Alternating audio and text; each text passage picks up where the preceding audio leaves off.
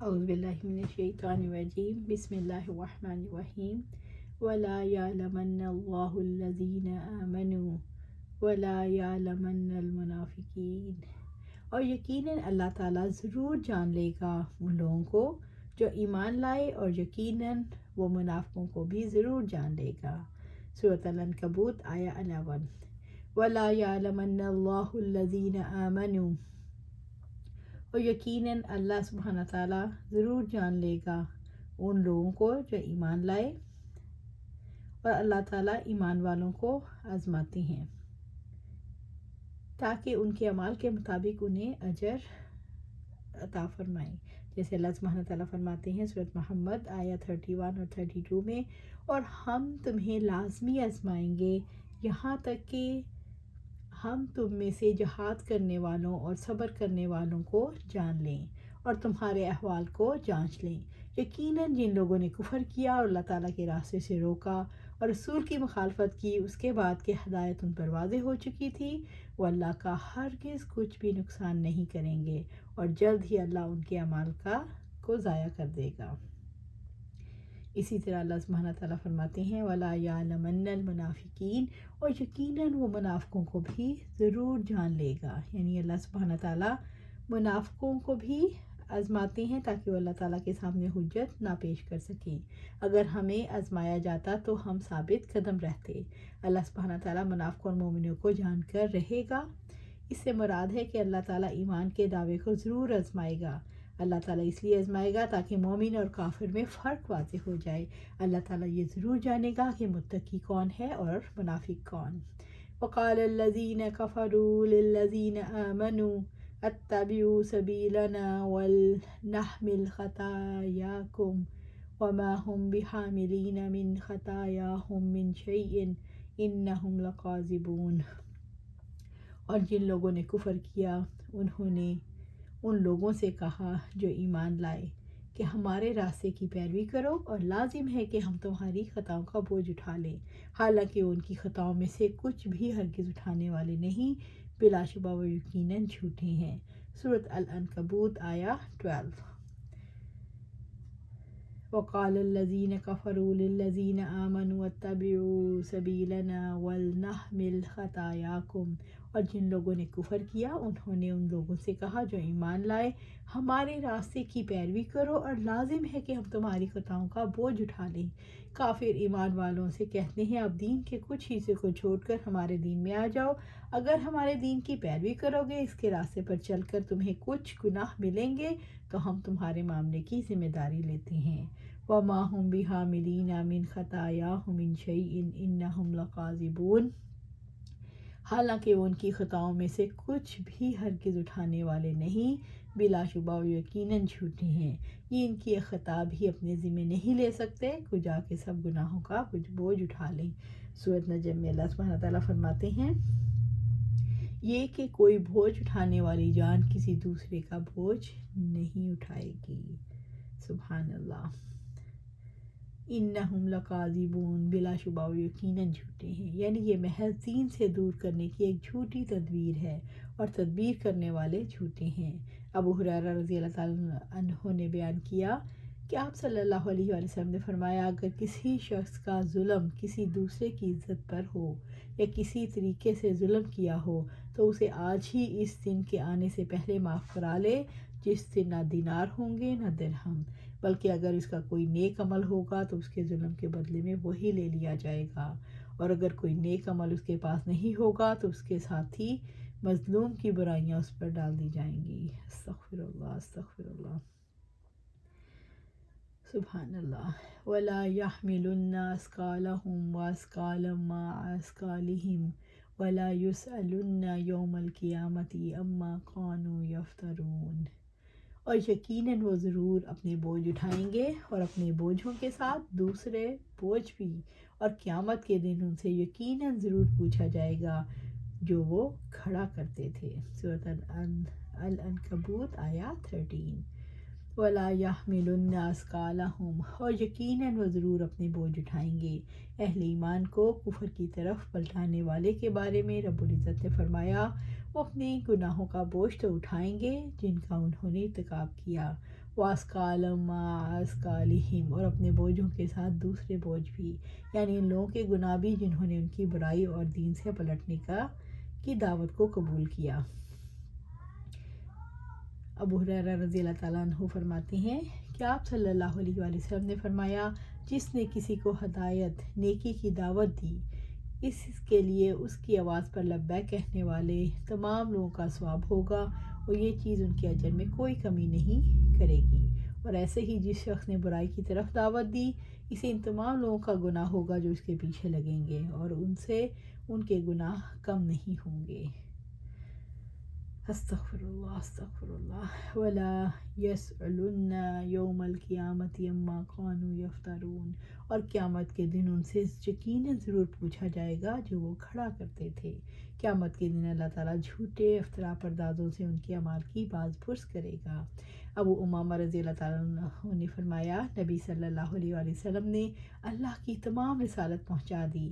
آپ نے یہ بھی فرمایا کہ ظلم سے بچو، کیونکہ قیامت والے دن اللہ تعالیٰ فرمائے گا، مجھے اپنی عزت اور اپنے جلال کی قسم، آج ایک ظالم کو بھی نہیں چھوڑوں گا۔ پھر ایک منادی ندا کرے گا کہ فلاں فلاں کہاں ہے، وہ آئے، اور پہاڑ کے پہاڑ نیکیوں کے اس کے ساتھ ہوں گے، یہاں تک کہ اہل محشر کی نگاہیں اس کی طرف اٹھنے لگیں گی۔ وہ اللہ کے سامنے کھڑا ہو جائے گا، پھر منادی ندا کرے گا کہ اس طرف سے اس کا کوئی حق ہے، جو اس نے کسی پر ظلم کیا ہو آ جائے اور اپنا بدلہ لے لے۔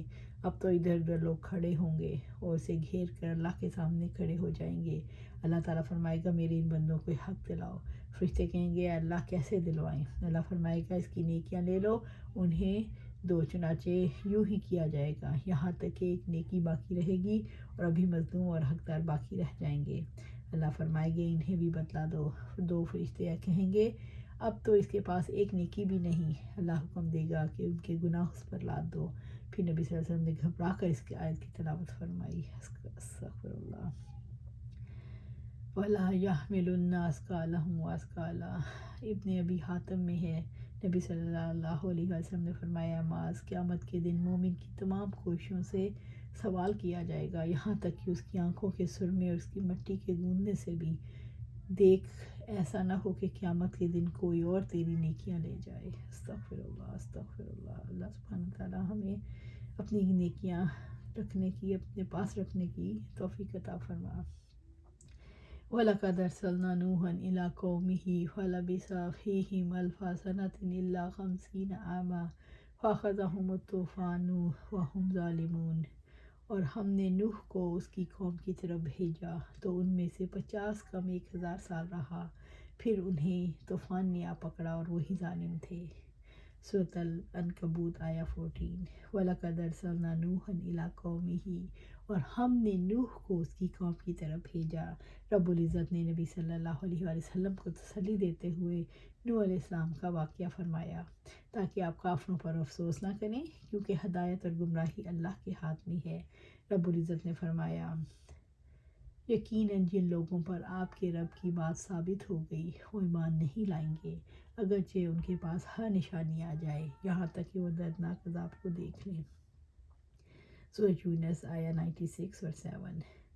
فَلَبِثَ فِيهِمْ أَلْفَ سَنَةٍ إِلَّا 50 عَامًا، تو وہ ان میں 50 کم 1000 سال رہا۔ نوح علیہ السلام اپنی قوم میں 950 برس رہے۔ یہ دعوت و تبلیغ کی عمر پوری عمر کے بارے میں وضاحت نہیں کی گئی۔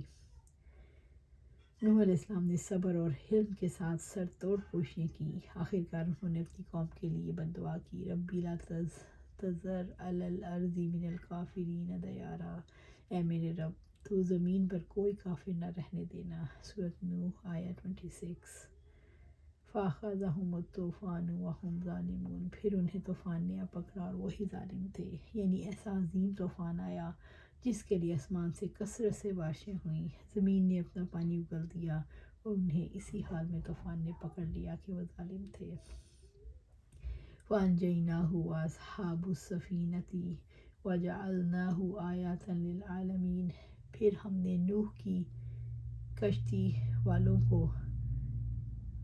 نے نوح کو اور کشتی والوں کو نجات دی اور اسے جہانوں کے لیے ایک نشانی بنا دیا۔ سورۃ العنکبوت آیہ 15۔ فانجیناہو اصحاب السفینہ، پھر ہم نے نوح کی اور کشتی والوں کو نجات دلائی۔ اللہ تعالیٰ نے کشتی والوں کو بچا لیا، یعنی جو ایمان لائے اور گھر والے نوح علیہ السلام کے ساتھ کشتی میں سوار ہوئے، اللہ نے انہیں بچا لیا۔ وَجَعَلْنَاهَا آیَاتًا لِلْعَالَمِينَ، اور اسے جہانوں کے لیے ایک نشانی بنا دیا۔ اللہ تعالیٰ نے کشتی کو جہان والوں کے لیے نشانی بنا دیا کہ اللہ تعالیٰ ایمان والوں کو نجات دیتے ہیں، رسولوں کو جھٹلانے والوں کا انجام ہلاکت ہے۔ نوح علیہ السلام کی کشتی اس طوفان کے بعد جودی پہاڑی پر ٹکی رہی۔ لوگ اس کو دیکھ کر طوفان نوح اور قوم کے انجام کو یاد کرتے رہے۔ رب العزت نے فرمایا، بے شک جب پانی حد سے گزر گیا تو ہم ہی نے تمہیں کشتی میں سوار کر دیا تاکہ ہم اس کو تمہارے لیے نصیحت بنا دیں اور یاد رکھنے والے کان اسی کو یاد رکھیں۔ سورۃ الحاقہ آیا 11 اور 12۔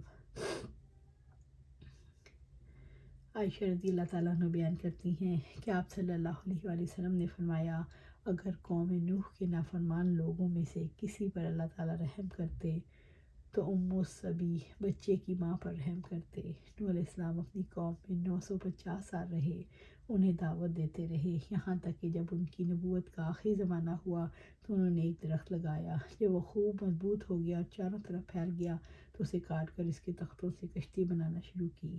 کافر لوگ گزرتے تو پوچھتے، آپ جواب دیتے کہ میں کشتی بنا رہا ہوں، تو مذاق اڑاتے اور کہتے تم خشکی پر کشتی بنا رہے ہو، مگر یہ زمین پر چلے گی کیسے؟ آپ جواب دیتے تم جلد جان لو گے۔ جب آپ کشتی بنا کر فارغ ہو گئے تو تنور ابل پڑے اور گلیوں میں پانی بہت زیادہ ہو گیا۔ ایک عورت جس کا بچہ چھوٹا سا بچہ تھا، وہ ڈر گئی کہ کہیں اس کا بچہ ڈوب نہ جائے، کیونکہ وہ اپنے بچے سے شدید محبت کرتی تھی، تو وہ پہاڑ کی طرف چل دی اور ایک غار میں پناہ لی۔ جب وہاں پانی پہنچا تو وہاں سے نکل کر پہاڑی کی چوٹی پر پہنچ گئی۔ جب پانی اس کی گردن تک پہنچا تو اس نے اپنے بچے کو ہاتھوں میں تھام کر بازو اوپر کر لیے کہ کسی طرح بچہ بچ جائے، لیکن پانی دونوں کو بہا لے گیا۔ بس اگر اللہ تعالیٰ ان کافروں میں سے کسی پر رحم کرتا تو اس بچے کی ماں پر کرتا۔ اللہ تعالیٰ نے مومنوں کی نجات، سارے جہان والوں کو یہ سبق دیا کہ ایمان ہی نجات کا باعث بننے والا ہے۔ کشتی میں وہ لوگ سوار ہو گئے جو مومن تھے، اور مومنوں کو نجات اس لیے دی گئی کہ جہان والوں کے لیے عبرت کا نشان بن جائے۔ اللہ سبحانہ تعالیٰ سے دعا ہے کہ ہمیں مومنین میں شامل رکھے، ہمیں متقین میں شامل رکھے، ہمیں آج ہی صحیح کام کرنے کی توفیق دے۔ اللہ سبحانہ تعالیٰ ہمیں حق نظر آئے اور اس پر جما دے، اور جو باطل ہے باطل نظر آئے اور اسے بچا لے۔